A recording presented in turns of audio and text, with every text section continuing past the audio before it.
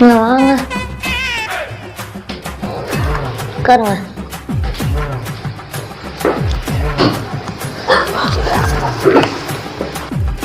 ஆமா, சாமி கிட்ட என்ன வேண்டிட்டீங்க? நம்ம ஒரு ஈ கூட துரோகம் இல்லை, உங்களையே இப்படி சோதிக்கிற கடவுளையே வேண்டிட்டு இருந்தேன்டா. ஓஹோ, உங்க வழிக்கே நான் வரேன். சிவனோட வாகனம் பாம்பு, அதை பார்த்துதான் அடிக்க சொல்றீங்க. விநாயகரோட வாகனம் எலி, விஷம் வச்சே கொள்ள சொல்றீங்க. முருகனோட வாகனம் சேவல், மொத்தத்தையும் சமைச்சு சாப்பிட்றீங்க. இப்படி எல்லா விலையும் வரிசையா கொண்டுட்டு கேட்டா ஒரு ஈரமுக்கு கூட துரோகம் செஞ்சிருந்தாலும் கடைசியில ஒரு உருட்டு இருப்பீங்க பாத்தீங்களா, அங்கதான் நீங்க நிற்கிறீங்க.